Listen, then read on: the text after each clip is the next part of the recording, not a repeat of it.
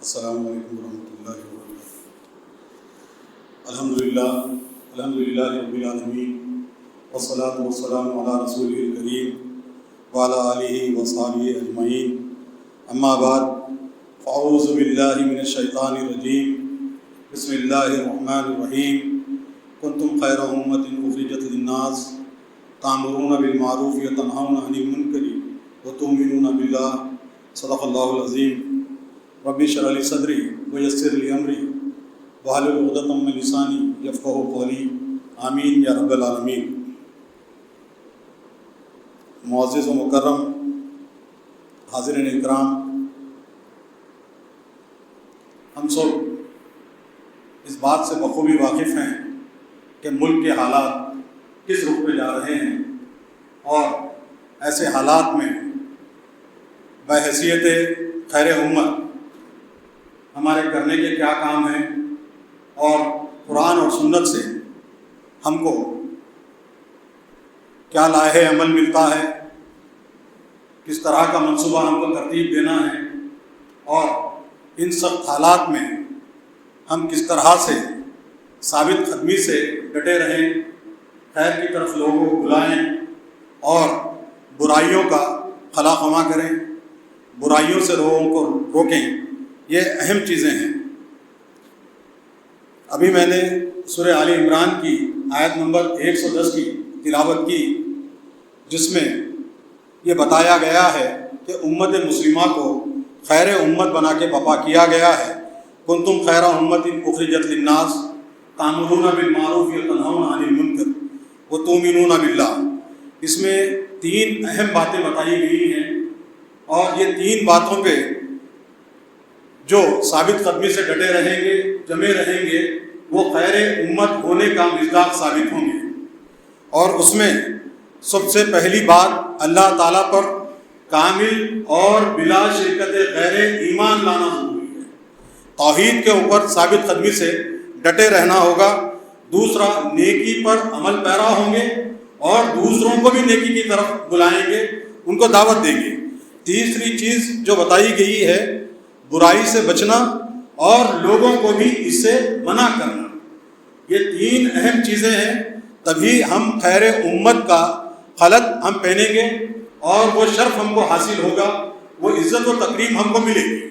اگر ہم یہ 3 امور سے پہلو تہی کریں گے، ان کو پس پش ڈال دیں گے اور ان چیزوں کے اوپر توجہ نہیں دیں گے، تو جس طرح سے اللہ رب العزت نے اپنے دین کے لیے دوسروں کو اٹھا لیا، اسی طرح سے اس امت میں سے بھی دوسرے گروہ کو تیار کر لے گا اور ایمان کا کام، اسلام کا کام ان سے لے لے گا۔ قرآن کوئی قصوں کا مجموعہ نہیں ہے، کہانیوں کا مجموعہ نہیں ہے۔ ان تاریخی واقعات کے ذریعے سے، ان حکایات کے ذریعے سے، ان واقعات کے ذریعے سے ہم کو یہ تعلیم دی جاتی ہے کہ کس طرح سے ہم سے پہلی کی امتیں تباہ ہوئی، ان کے اندر کیا خرابیاں تھیں جس کی وجہ سے ان کا نام و نشان مٹ گیا، وہ اور اللہ کی بارگاہ میں ملعون قرار پائی، ملامت والی قرار پائی۔ ان خرابیوں کو اگر ہم دور نہیں کریں گے اور رسول اکرم صلی اللہ علیہ وسلم کے مقصد بعثت کو ہم بھول جائیں گے اور نبوی مشن کو ہم درکنار کر دیں گے اور اپنی مرضی چلائیں گے، اپنی نفس پرستی میں ہم لگے رہیں گے، تو یہ چیز ہم کو بام عروج تک نہیں لے جائے گی، دنیا میں بھی ہم کو کامیابی نہیں ملے گی، اور آخرت کی اللہ رب العزت ہم کو لعنت و ملامت اور رسوائی سے ہم کو محفوظ کرے۔ حضرات محترم، ابھی رمضان کی عید ابھی ختم نہیں ہوئی تھی کہ مسلمانوں نے ہند پر ایک بجلی گری۔ ایوان پارلیمان میں، لوک سبھا اور راجیہ سبھا میں مسلمانوں کے اوپر ایک کاری ضرب لگائی گئی عددی طاقت کی بلبوتے پہ۔ وہ تھا وقف کا قانون، قانون وقف۔ ہم جانتے ہیں کہ یہ وقف کا جو مسئلہ ہے، اور یہ بھی عین عبادتوں میں سے ایک عبادت ہے، صدقات، خیرات اور وہ چیزیں جو ثواب جاریہ کے اندر آتی ہے، جو آدمی اس دنیا سے گزرنے کے بعد بھی جو اس کو ثواب قیامت تک ملتے رہتا ہے، وہ ثواب جاریہ میں سے ایک وقف املاک بھی ہوتی ہے۔ کوئی مسجد بنا دیتا ہے، کوئی قبرستان کی تعمیر کرا دیتا ہے، کوئی خانقاہوں کی تعمیر ہو جاتی ہے، مدارس کی تعمیر ہو جاتی ہے، یا مسلم امت کی خیر خواہی کو بھلائی کے لیے زمینوں کو املاک کو ڈونیٹ کر دیا جاتا ہے، اور اس کا مقصد یہی ہوتا ہے کہ اس سے مسلمان اور دیگر لوگ اس سے فائدہ اٹھائیں، اور بلا اس کے اوپر کسی کو مالک نہیں بنایا جاتا، صرف اور صرف اس کا مالک اللہ رب العزت ہوتا ہے۔ تو یہ ذریعے سے بہت کاری ضرب لگا دی گئی۔ ہم دیکھتے ہیں 1857 سے لے کر تاحال آج تک ہماری حالت یہ ہو گئی کہ ایک مسئلہ ہمارے اوپر پیدا ہوتا ہے تو ہم وقتی طور پہ ہم بل بلا کے اٹھ جاتے ہیں۔ 1857 میں جب حکومت مسلمانوں کی چلے گی تو ایک غدر کے نام پہ، ایک جنگ آزادی کے نام پہ مسلمان مجتمع ہوئے، اور اس ملک سے انگریزوں کو بھگانے کے لیے انہوں نے ایک منظم جدوجہد کی، ایک منصوبہ بند طریقے سے وہ لوگ سب بستہ ہوئے، اور اسی طرح سے جو ابنائے وطن ہیں، برادران وطن ہیں، ان کو بھی اس تحریک میں شامل کیا۔ اس کے بعد دیکھیں گے کہ 1857 سے لے کے 1947 تک آزادی کا جو مسئلہ رہا، اس کے بعد 1947 میں ملک کی آزادی ہو گئی۔ 1954 میں بابری مسجد کو تالا لگا دیا گیا۔ اس وقت ملک کے سرگردہ لوگ، بڑی عظیم شخصیات موجود تھی، اگر وہ اس وقت جس طرح سے دباؤ ڈالنا ہوتا وہ دباؤ کی سیاست کو اختیار کرتے، دباؤ کی حکمت عملی کو اختیار کرتے، تو 1992 میں اس مسجد کی شہادت عمل میں نہیں آتی۔ 1992 میں مسجد کو شہید کر دیا گیا۔ اس کے بعد لیبراہن کمیشن کے نام پہ ایک ایسا کمیشن بنایا گیا جو 25-30 سال تک مسلمانوں کو صرف ایک تسلی دیتا رہا کہ ہم ابھی فیکٹ فائنڈنگ میں لگے ہوئے ہیں، ہم حقائق کی تلاش میں ہیں۔ اس کے بعد ہم دیکھتے ہیں کہ ایک ایسا فیصلہ ہم پہ نافذ کر دیا گیا، وہ حقائق سے بعید، شواہد سے بعید، شواہد کو درکنار کر دیا گیا، اور آستھا کے نام پر جو ایک 450 سال میں جہاں پہ مسلمان نماز پڑھ رہے تھے، اس مسجد کو بت کلا بنا دیا گیا۔ مسلمان وہیں پہ بھی سر تسلیم خم کرتے ہیں۔ 1992 میں بھی ایک وقتی طور پہ اٹھتے ہیں، ایک تحریک چلاتے ہیں۔ اس کے بعد دیکھتے ہیں ٹرپل طلاق کا معاملہ آ جاتا ہے، اس کے بعد یونیفارم سول کوڈ کا معاملہ آ جاتا ہے، پھر آج وقف بل کی صورت میں مسلمانوں کی کمر کو توڑنے کی کوشش کی جاتی ہے۔ اس میں ہم دیکھتے ہیں وقف بائی یوزر کا جو مسئلہ ہے، وقف بل استعمال، وقف بائی یوزر کیا ہے؟ وہ اس کے ڈاکومنٹ نہیں پائے جاتے، اس کی تحریر نہیں پائی جاتی، اس کے دستاویزات نہیں پائے جاتے۔ اب دیکھیں ہمارے محلوں میں جو قبرستان ہیں ان کے دستاویزات کہاں ہیں؟ وہ ڈاکومنٹ اگر کسی نے ڈونیٹ کیا تو اس کے دستاویزات ہم کو نہیں ملیں گے، لیکن ایک زمانے سے، ایک عرصے دراز سے اس کو ہم تصرف میں لاتے ہیں۔ اگر یہ یوزر، وقف بائی یوزر کا قانون اگر آ جاتا ہے تو اس کی وجہ سے قبرستانوں کے اوپر بجلی گرے گی، خانقاہوں کے اوپر بجلی گرے گی، مساجد جو عرصے دراز سے، مکہ مسجد کے ڈاکومنٹ کس کے پاس ہے؟ میں سوال کرتا ہوں، تاج محل کے ڈاکومنٹ کس کے پاس ہے؟ مسجد قوت الاسلام کے ڈاکومنٹ کس کے پاس ہے؟ جامع مسجد دلی کے ڈاکومنٹ کس کے پاس ہے؟ سنبل کی مسجد کا جو مسئلہ لے کے اٹھے ہیں اس کے ڈاکومنٹ کس کے پاس ہیں؟ جب یہ ڈاکومنٹ کا سوال کریں گے تو یہ ڈاکومنٹ وقف بائی یوزر ہمارے پاس یہ اختیار تھا، اس کو وقف بائی یوزر کو نکال کر اس کے اوپر نقد زنی کی ایک کوشش کی جا رہی ہے۔ حضرات محترم، جو قوم مسائل سے لا تعلقی اختیار کرتی ہے اور لا علمی اس کے پاس ہوتی ہے تو اس کا کام ذلت اور غلامی ہی ہوتی ہے۔ ہم ایک عرصہ دراز سے ان مسائل سے اپنے آپ کو لا تعلق کر رہے ہیں جو مسلم قوم کی ہندوستان میں شہرت ہوتی ہے، اس سے بھی ہم نے اپنے آپ کو درکنار کر لیا اور اپنے آپ کو بالکل لا تعلق کر کے رکھ دیا ہے۔ میں کوئی ایسی جذباتی بات یہی نہیں کروں گا، لوگوں کے جذبات کو برانگیختہ نہیں کروں گا، لوگوں کو سڑکوں پہ آ کر اور ایک متشدد رویہ اختیار کرنے کی میں ترغیب نہیں دوں گا، کیونکہ اسلام امن کی تعلیم دیتا ہے۔ اس میں ایسے لوگ بھی ہیں، ابھی ہم دیکھتے ہیں کہ معدود چند لوگ جو فرقہ پرستی کا جام کیے ہوئے ہیں اور لا علمی، جہالت اور ان بھکتی کے اس میں نفرت کے چراغ جلا رہے ہیں، لیکن ان حالت میں بھی ابھی ایسے برادران وطن کی ایسی کثیر تعداد ہے جو ہمارے حق کی تائید میں کھڑے ہوئے ہیں، ان کو مضبوط کرنا ہمارا کام ہے۔ اور اس کے علاوہ میں آپ کو یہ بات کہوں گا کہ اللہ رب العزت نے ہم کو قرآن میں پھر سورہ آل عمران میں آیت نمبر 139 میں 139 میں اللہ رب العزت ہم کو کیا کہتا ہے؟ وَلَا تَهِنُوا وَلَا تَحْزَنُوا وَأَنْتُمُ الْأَعْلَوْنَ إِن كُنتُم مُؤْمِنِينَ، تم سستی نہ کرو اور غمگین نہ ہو، نہ ڈرو نہ سستی کرو، تم ہی غالب رہو گے۔ یہاں پہ شرط لگا دی گئی ہے، غالب تم رہو گے اگرچہ کہ تم مومن ہو۔ یہاں پہ غلبے کے لیے مومنانہ صفات ہمارے اندر ہونا ضروری ہے، اللہ کے اوپر کامل یقین ہمارے پاس ہونا ضروری ہے، اور اللہ کے نبی صلی اللہ علیہ وسلم کو اپنا قائد اپنا رہبر ماننا ضروری ہے۔ اور اس کے علاوہ اللہ کے رسول کے علاوہ کسی کو ہم قائد اپنا مانیں گے، رہبر اپنا مانیں گے تو یہاں پہ تباہی ہمارا مقدر ہو جائے گی۔ اس کے علاوہ اللہ رب العزت پھر سورہ روم میں فرماتے ہیں وَكَانَ حَقًّا عَلَيْنَا نَصْرُ الْمُؤْمِنِينَ، مومنوں کی مدد ہم پر لازم ہے، مومنوں کی۔ اللہ رب العزت فرماتے ہیں کہ کسی اور کی مدد نہیں کریں گے، ہم مومنوں کی مدد کریں گے۔ تو آج ہم کو اس آیت کی روشنی میں اپنا جائزہ لینے کی ضرورت ہے کہ کیا ہمارے اندر وہ مومنانہ صفات پائے جاتے ہیں، کیا قرآن سے ہمارا تعلق مضبوط ہے، کیا رسول اکرم صلی اللہ علیہ وسلم کی سنت پہ ہم عمل پیرا ہے۔ اور خیر امت کے جو 3 نکات ہمارے سامنے رکھے گئے تھے کہ ہم کو اللہ کے اوپر کامل یقین کامل ایمان لانا تھا، اور لوگوں کو بھلائی کی طرف بلانا تھا، اور لوگوں کو برائی سے روکنا تھا۔ یہ 3 نکات کے اوپر ہم نے کتنا کام کیا، اس کے اوپر ہم کس طرح سے عمل پیرا ہے، اس کے اوپر توجہ کرنے کی ضرورت ہے حضرات محترم۔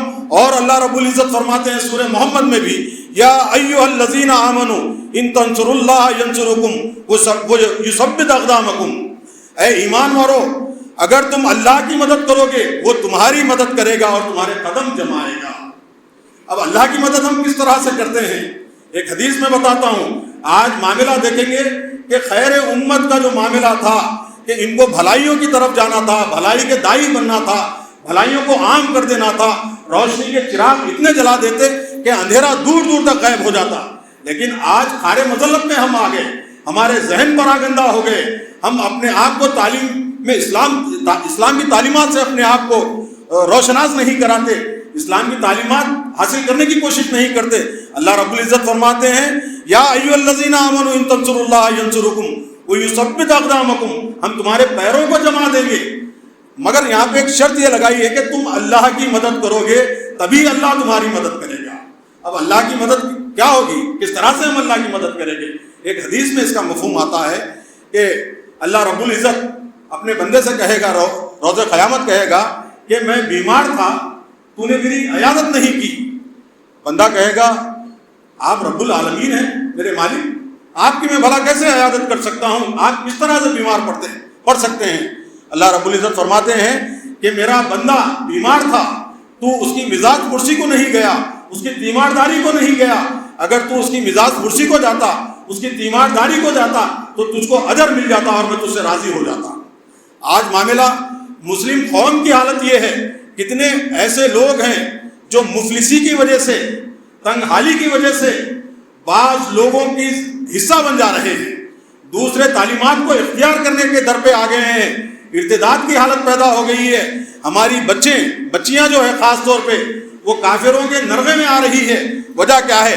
ہم نے شادی جیسی آسان چیز کو ہم نے مشکل بنا دیا، اور ایسے غیر اسلامی تقاضے ہم نے رکھے ہیں کہ خوبصورتی کا ایک معیار ہم نے اختیار کر لیا، اور اس کے علاوہ اعلیٰ تعلیم کو ہم نے ایک معیار بنا کے رکھ دیا، اور اس کے علاوہ ہم نے یہ بات کہی کہ اعلیٰ تعلیم یافتہ گھرانہ، ثروت مند گھرانہ ہم کو چاہیے۔ یہ ایسے تقاضے، ایسے پیرامیٹر، ایسے پیمانے ہم نے بنا لیے جو قطعاً غیر شرعی ہے۔ اس کے بعد اللہ رب العزت پھر کہے گا کہ میں بھوکا تھا، اے میرے بندے میں بھوکا تھا، تو نے میری بھوک اور بھوک کا سامان نہیں کیا، میری بھوک کو تو نے مٹانے کی کوشش نہیں کی۔ بندہ کہے گا یا رب العالمین، آپ تو رب العالمین ہیں، آپ کو بھوک کس طرح سے لگتی ہے؟ تو اللہ رب العزت فرمائیں گے کہ میرا بندہ بھوکا تھا، تو نے اس کی باس پرس نہیں کی، جا کے اس کی صلہ رحمی اس کے ساتھ نہیں کی، اس کی بھوک مٹانے کے سامان تو نے نہیں کیے۔ اگر تو اس کی مدد کرتا تو آج میں تیرا مددگار بن جاتا۔ پھر اللہ رب العزت اپنے بندے سے کہے گا میں پیاسا تھا، تو نے میری پیاس بجھانے کے سامان نہیں کیے۔ وہ پھر وہی سوال کرے گا آپ رب العالمین ہیں، میں کس طرح سے آپ کی پیاس بجھا سکتا تھا؟ اللہ رب العزت فرماتے ہیں کہ میرا بندہ پیاسا تھا، تو نے اس کو پانی تک نہیں پلایا۔ حضرات محترم، اس حدیث کا مطلب کیا ہے؟ اس حدیث سے ہم کو کیا پیغام لینا ہے؟ یہ حدیث ہم کو کس طرح سے اپنی زندگی میں ہم کو رہنمائی اور ایک رہنمایانہ کردار ادا کرتی ہے۔ آج ہم دیکھتے ہیں ہمارے معاشرے کی حالت کس طرح سے ہے، اور آج معاملہ ہمارے فریجوں میں، ہمارے ریفریجریٹر میں اتنے کھانا بھرا ہوا ہوتا ہے، اور لے جا کے ہم جو ہے نا کوڑے دان میں کھانے کی چیزیں پھینک دیتے ہیں، لیکن دوسروں کی بھوک پیاس مٹانے کے ہم سامان نہیں کرتے، اور ان کی مدد کرنے کی ہمارے اندر یہ جو صحیح و جستجو ہونا تھا وہ بالکل ہی سست پڑ چکی ہے۔ تو اس لیے ضروری ہے کہ اگر اللہ کی مدد ہم چاہتے ہیں تو اللہ رب العزت فرماتا ہے میں تمہاری مدد کروں گا اگر تم میری مدد کرو گے۔ تو یہ مشروع طریقہ ہے، یہ نہیں ہو گیا کہ ایک منتخب امت ہے اس کو اللہ رب العزت بچا لے گا۔ اللہ کا جو قانون ہے وہ قانون کافروں کے لیے بھی وہی رہے گا اور مسلمانوں کے لیے بھی وہی رہے گا۔ حضرات محترم، یہ چیزوں کے بعد میں آپ کی توجہ رسول اکرم صلی اللہ علیہ وسلم کی صرف سیرت کی 4 نکات کے اوپر میں بات کرتے ہوئے اس خطبے کو اپنے تکمیل تک لے کے چلے جاؤں گا۔ اللہ کے رسول صلی اللہ علیہ وسلم نے سب سے پہلے ہم دیکھتے ہیں کہ مکے میں اپنی 13 سالہ جو زندگی بسر فرمائی ہے رسول اکرم نے، مسائل سے بھری زندگی ہے، چیلنجز سے بھری زندگی ہے۔ رسول اکرم صلی اللہ علیہ وسلم کے راستے میں کانٹے بچھائے گئے، اون کی اوجھڑی آپ کے اوپر ڈال دی گئی، آپ کے اوپر پتھر برسائے گئے، کوڑا ڈالا گیا، آپ سے بدزبانی بد کلامی کی گئی، اور شیب ابی طالب کا ہم واقعہ جانتے ہیں، 3 سال کا بائیکاٹ۔ رسول اکرم کو 7 جو نبوی کا جو دور ہے، 7 نبوی سے 10 نبوی تک کا، پورے بنو ہاشم کو لے آ کر ایک گھاٹی میں مقید کر دیا گیا، سوشل بائیکاٹ کر دیا گیا ان کا 3 سال تک۔ کھانے کے سامان وہاں تک نہیں پہنچتے تھے، پانی کا سامان، پانی پینے کا پانی نہیں جاتا تھا، تجارت سے ان کو بالکل مقاطعہ کر دیا گیا۔ آج ہم دیکھتے ہیں کہ ہمارے ملک میں بھی یہ حالات کسی ایک صوبے میں آتے ہیں، کسی ایک قریے میں آتے ہیں، کسی ایک گاؤں میں، کسی ایک شہر میں، روزانہ آئے دن اخبارات کے ذریعے سے ہم دیکھتے ہیں یہ شیب ابی طالب والا واقعہ ہمارے ساتھ بھی ہو رہا ہے۔ لیکن رسول اکرم صلی اللہ علیہ وسلم کا ہم دیکھتے ہیں کہ نبی کریم صلی اللہ علیہ وسلم نے ایسے حالات میں بھی کبھی بدزبانی سے بد کلامی سے کام نہیں لیا، کبھی بدگوئی نہیں کی، اور رسول اکرم صلی اللہ علیہ وسلم نے حتیٰ کہ اتنے ظلم و ستم کے باوجود نبی اکرم صلی اللہ علیہ وسلم نے ان کے حق میں بددعا نہیں کی۔ اگر نبی اکرم صلی اللہ علیہ وسلم ان کے حق میں بددعا کرتے تو ان کے اوپر عذاب نازل ہو جاتا، لیکن اللہ کے رسول صلی اللہ علیہ وسلم نے یہ کام اختیار نہیں کیا۔ حضرات محترم، آج جو ہمارے اوپر جو مشکلات لادی گئی ہے، یا اس کے اندر جو مشکلات ہماری طرف دوڑ کے آ رہی ہے، یہ مشکلات ہم کو اپنے حق کے راستے سے ہٹانے کے لیے کھڑی کی جا رہی ہے۔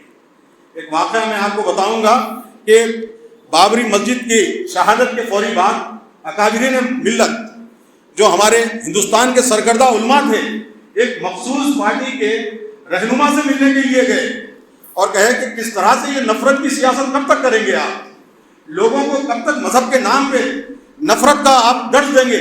تو وہ کہتا ہے کہ ہم تو بالکل تیار ہیں، 33 کروڑ خدا ہم مانتے ہیں، ہمارے 33 کروڑ خدا ہے۔ بدھزم میں ہم یقین نہیں کرتے، لیکن مہاتما بدھ کی دیکھیے تصویر ہمارے پاس ہے۔ جین کو ہم نہیں مانتے، لیکن جینیز کی بھی یہاں پہ تصویر ہمارے پاس لگی ہوئی ہے۔ ہم محمد صلی اللہ علیہ وسلم کو بھی مان لیں گے، لیکن شرط یہ ہے کہ تم یہ کہیں کہ اسلام ہی سچا مذہب ہے، یہ نہ کہیں بلکہ یہ کہیں کہ اسلام بھی سچا مذہب ہے۔ تو یہاں پہ ضرب کاری توحید پہ لگانے والی چیز ہے۔ جب تک ہم توحید پہ ڈٹے رہیں گے، یہ معرکہ اسی طرح سے کھڑا رہے گا۔ اس کے اندر سب سے پہلی کام یہ ہونا تھا ہم کو اس طرح سے مشرکانہ ماحول میں، یہ کافرانہ ماحول میں توحید کے چراغ جلانے کے 1857 وقتی طور پہ ہم اٹھتے ہیں، وقتی طور پہ ایک تحریک چلاتے ہیں۔ جب تک قوم کا کہتے ہیں کہ قوم کسی فرد کا جو خون ہوتا ہے، شہید کا جو خون ہوتا ہے، وہ قوموں کی زندگی ہوتی ہے۔ جو ایک آدمی شہید ہو جائے گا قوم کے حق میں تو وہ قوموں کو زندگی عطا کر دیتا ہے۔ لیکن آج ہمارے اندر نبی کریم صلی اللہ علیہ وسلم نے فرمایا تھا کہ تمہارے اوپر لوگ اسی طرح سے ڈٹ جائیں گے، تمہارے اوپر دوڑ پڑیں گے جس طرح سے بھوکے دسترخوان پہ دوڑ پڑتے ہیں۔ صحابہ نے کہا کیا ہم اس وقت تعداد میں کم ہوں گے؟ رسول اکرم صلی اللہ علیہ وسلم نے فرمایا نہیں، اس وقت تم تعداد میں بھی بہت زیادہ ہو جائیں گے۔ تو رسول اکرم صلی اللہ علیہ وسلم سے صحابہ نے پوچھا پھر وجہ کیا ہوگی؟ تو رسول اللہ صلی اللہ علیہ وسلم نے فرمایا مسلمانوں کے اندر ایک بیماری پیدا ہو جائے گی جس کو وہن کہا گیا ہے۔ صحابہ نے پوچھا رسول اکرم یہ وہن کیا ہوتا ہے؟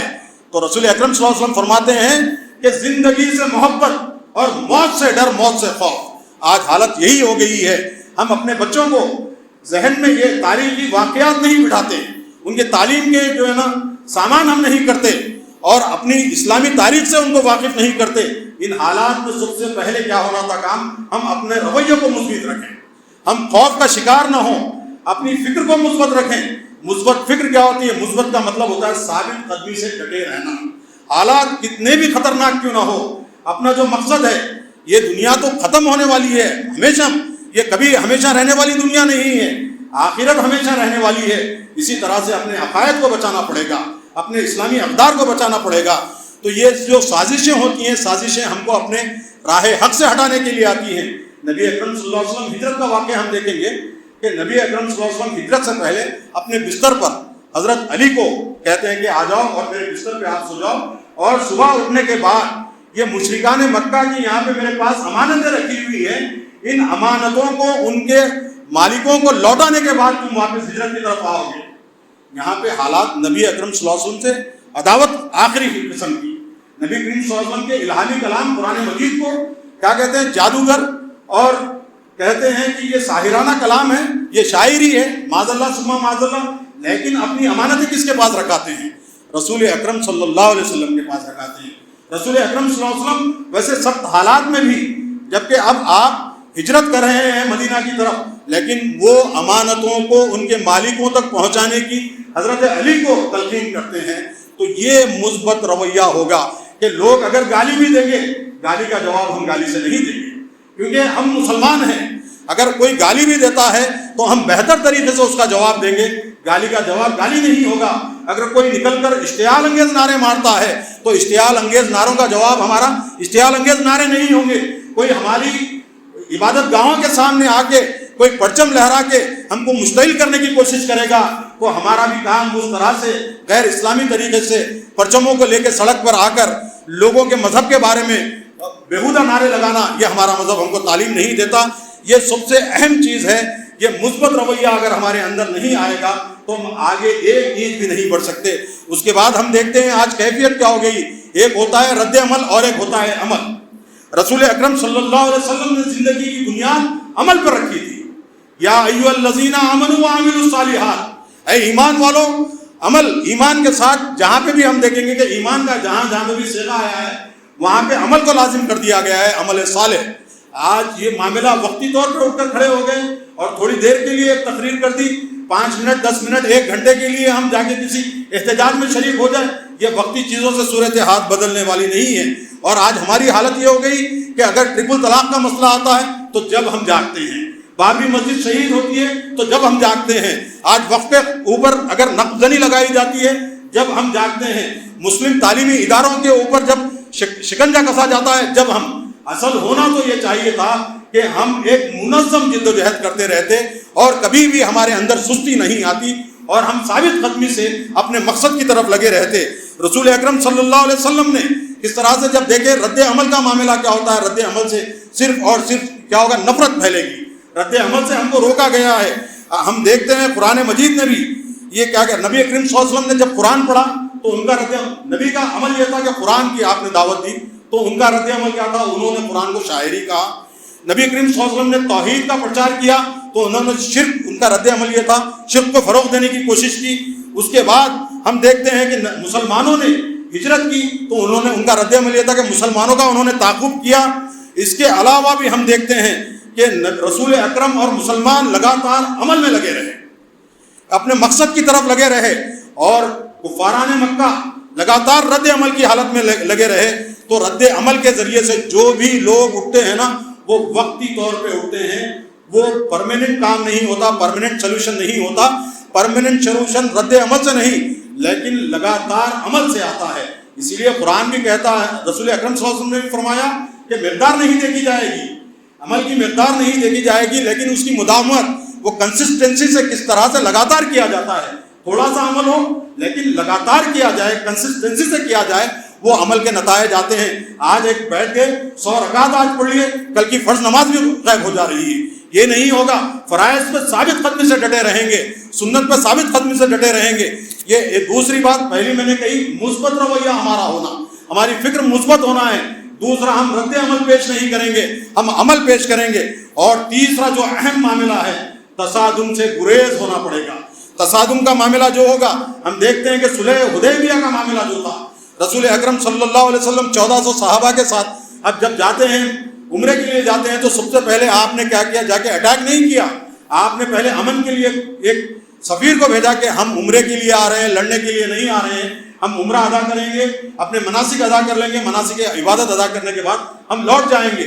رسول اکرم صلی اللہ علیہ وسلم نے امن کی طرف ان لوگوں کو سب سے پہلے مائل کیا یہ، اور پھر اس کے بعد دیکھیں گے صلح حدیبیہ کا جو معاملہ تھا، وہ جو شرائط رکھی ہوئی تھی، جید صحابہ، اکابر صحابہ، عشرہ مبشرہ میں شامل صحابہ، ان لوگوں کے دلوں میں یہ آیا کہ ہم حق پہ رہتے ہوئے بھی یہ کس طرح سے ذلت آمیز شرائط پہ ہم راضی ہو رہے ہیں، کس طرح سے ان شرائط کو قبول کر رہے ہیں۔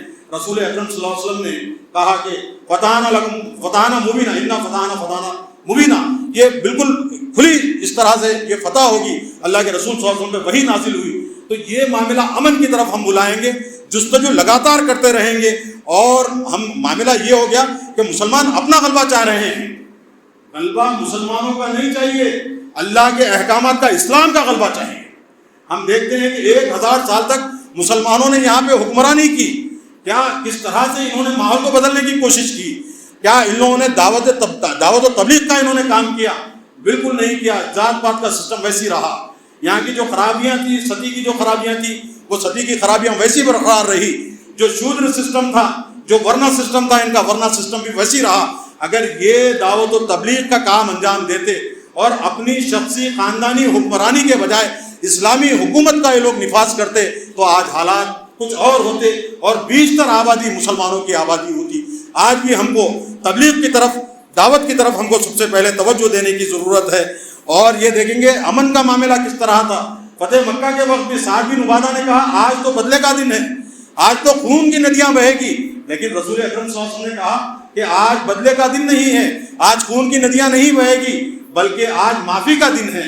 آج تو ایک دلوں کو جوڑنے کا کام ہے، آج عام معافی دے دی جائے گی۔ تو مسلمانوں کو یہ چاہیے کہ کس طرح سے آج دیکھتے ہیں سوشل میڈیا میں، ہم دیکھتے ہیں ہر سیکنڈ میں ایک ریل تو بھی آتی ہے یا اس طرح سے ایک ویڈیو آتا ہے جو مسلمانوں کے مذہبی جذبات کو مشتعل کرتا ہے۔ ایسے وقتوں میں اپنے جذبات کو قابو میں رکھنا پڑے گا اور احسن طریقے سے اس کا جواب دینا پڑے گا۔ اگر ہمارے پاس علم نہیں ہے تو جذبات کی راہ میں بہکتے ہوئے پوری امت کو شرمسار کرنے کی کوشش نہ کریں۔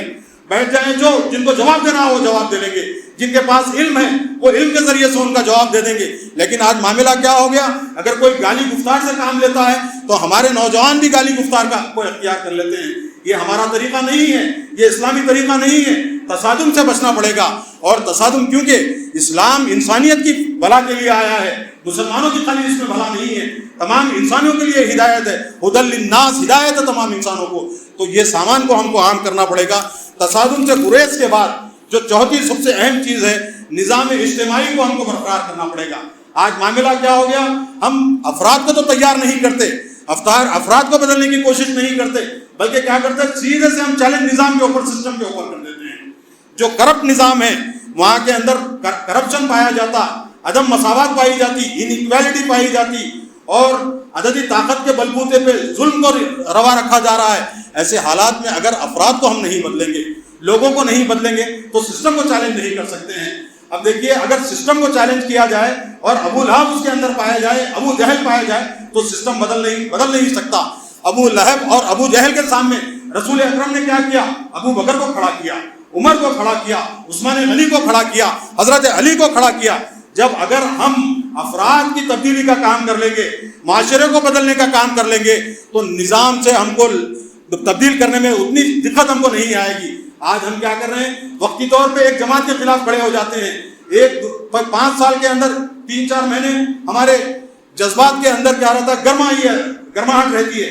3-4 مہینے تک تقریریں سنتے ہیں قائدین کے اور اپنے جذبات کو گرم کرتے ہیں، اور وہ 3-4 مہینوں کے بعد پھر کس طرح سے ہوتا ہے، جس طرح سے چولہے گرم بگونے کے نیچے سے لکڑیوں کو کھینچ دیا تو ٹھنڈا پڑ جاتا ہے، پانی کا ابال بیٹھ جاتا ہے، اسی طرح سے ہمارے جذبات بھی ٹھنڈے پڑ جاتے ہیں۔ اصل ہونا یہ تھا کہ مسلسل جدوجہد کرتے ہم، لگاتار جدوجہد کرتے، اپنے بچوں کو تیار کرتے، اپنی نسلوں کو تیار کرتے، معاشرے کو بدلنے کی کوشش کرتے، تعلیمی اداروں کو بدلنے کی کوشش کرتے، عدالت کی ناانصافیوں کے اوپر ہم احتجاج کرتے، قانون عدلیہ کو بدلنے کی کوشش کرتے، ایوان کے کرپشن کو روکنے کی کوشش کرتے. اور اس کے علاوہ آپ دیکھیں گے کہ یہاں پہ لینکو ہلز کی 4000 ایکڑ یہاں پہ چلے گئی. اس کے علاوہ دیکھتے ہیں آج انٹرنیشنل ایئرپورٹ جس پہ کھڑا ہوا ہے وہ بھی وقت کی جائیداد ہے. اس کے علاوہ 550 ایکڑ جامعہ نظامیہ کی چلی گئی، ہزاروں ایکڑ. میں نے کل ٹائمز آف انڈیا کا میں اخبار پڑھ رہا تھا، اس کے اندر 77,000 وقت کی جو زمینیں ہیں تلنگانہ میں، اس کی پیمائش کے لیے، اس کے میجرمنٹ کے لیے IIT دلی کو کانٹریکٹ دیا گیا ہے، وہ آ کے اس کی پیمائش کرے گی. حضرات گرامی، ہم دیکھتے ہیں کہ ایک واقعہ میں بتاؤں گا، بالکل اپنی بات کو ختم پہ لے جاؤں گا. سورہ توبہ میں کعب بن مالک کی توبہ کا واقعہ ہم کو ملتا ہے. وہ غزوہ تبوک میں آپ شریک نہیں ہوئے. اس کے بعد نبی اکرم صلی اللہ علیہ وسلم کے پاس آتے ہیں، معافی مانگتے ہیں. نبی کریم صلی اللہ علیہ وسلم کہتے ہیں، خود جواب کہتے ہیں کہ اپنے آپ کو الگ رکھ لو، اور دوسرے مسلمانوں کو بھی کہتے ہیں کہ ان کا سماجی مخاطیہ کر دیا جائے. جب تک اللہ کی طرف سے ان کی برات کا، ان کی معافی کا پروانہ نہیں آ جاتا، جب تک ان کا مخاطیہ کر دینا چاہیے. تو یہ بھی کہا گیا کہ پھر ان کی اہلیہ جو تھی کعب بن مالک رضی اللہ تعالیٰ عنہ، وہ ان کو بھی ان سے تھوڑے دن تک الگ کرنے کے لیے 50 دن تک ان کا مخاطیہ کیا گیا. اس کے بعد ان کی توبہ کی قبولیت کی اللہ کے رسول نے بشارت دی. آج معاملہ کیا ہو گیا؟ جو غاصب، قابض، بے ایمان ہمارے قائدین ہیں، کیا ہم نے ان کا مخاطیہ کیا؟ ان کے جلسوں میں ہم جاتے ہیں، زندہ باد مرد آباد کے نعرے مارتے ہیں. وہ اسلام کو کس طرح سے وہ لوگ زد پہنچا رہے ہیں، اور وقت کی املاک پہ کس طرح سے وہ قابض ہیں، اس کو کس طرح سے غیر اسلامی طریقے سے اس کا تصرف کر رہے ہیں، اس کی طرف ہماری توجہ نہیں جاتی. ہونا تو یہ چاہیے تھا ہماری صفوں میں جو شامل منافقین ہیں ان کی نشاندہی کرتے، اور ان کا، کیونکہ اس طرح سے نبی اکرم صلی اللہ علیہ وسلم نے اپنے اسوہ سے ہم کو یہ پیغام دیا. کعب بن مالک رضی اللہ تعالیٰ عنہ کا مخاطیہ کیا گیا، اور 2 صحابہ کا مخاطیہ کیا گیا، سوشل بائیکاٹ کیا گیا. لیکن آج معاملہ کیا ہوتا ہے؟ ہم ان کے تائید میں بیانات دیتے ہیں. وہ منافقین تو چھوڑ دیا، مشرکین جو ہوتا ہے ان کی عید ملن پارٹیوں میں جاتے ہیں، ان کی افطار کی دعوتوں میں جاتے ہیں، اور ان کو مضبوط کرنے کی باتیں کرتے ہیں. آج دیکھیں گے 1995 سے ہم دیکھتے ہیں تیلگو دیشم کا کیا کس طرح سے رد عمل رہا ہے. 1998 کی جو حکومت بنی تھی مسلمانوں کے خلاف، وہ حکومت میں بھی یہ اعلی کار تھا، اور آج بھی یہی اعلی کار ہے. تو ان لوگوں کو، ان منافقین کو، ان دھوکے بازوں کو بھی پہچاننا پڑے گا، اور جو ہماری صفوں میں جو منافقین ہیں ان کو بھی نکال کر ان کا بھی سوشل بائیکاٹ کرنا پڑے گا. ایک لمبی جدوجہد کی ہم کو تیاری کی ضرورت ہے. حضرات محترم، اس کے علاوہ ہم کو آج ہم بچوں کو کیا کر رہے ہیں، ہم تعلیم کس طرح سے، ٹوئنکل ہمارے بچوں کو یاد ہے، کلمہ توحید اس کا جو ہے ادراک ہمارے بچوں کو نہیں معلوم. ان تمام چیزوں کو دیکھنا پڑے گا. ہمارے پاس 3 نکات میں بتاتا ہوں: تعلیم، تنظیم اور اس کے بعد تبلیغ. یہ 3 چیزیں اگر مسلمان اختیار کر لیں لانگ ٹرم پہ، تو انشاءاللہ ثم انشاءاللہ اللہ کی مدد آ جائے گی. اور حالات جیسے ہیں، وقتی طور پہ رونا اور وقتی طور پہ آنسو بہانا اور مظلومیت کا شکوہ کرنا اور خود مظلوم بن کے بھیک مانگنے کے لیے ہاتھ پھیلانا، کشکول تھامے پھرنا، کاسہ گدائی پکڑ کے نکل جانا، یہ نہیں ہے. زندہ رہنا ہے تو حالات سے ڈرنا کیسا، زندہ رہنا ہے تو حالات سے ڈرنا کیسا. جنگ لازم ہو تو لشکر نہیں دیکھے جاتے.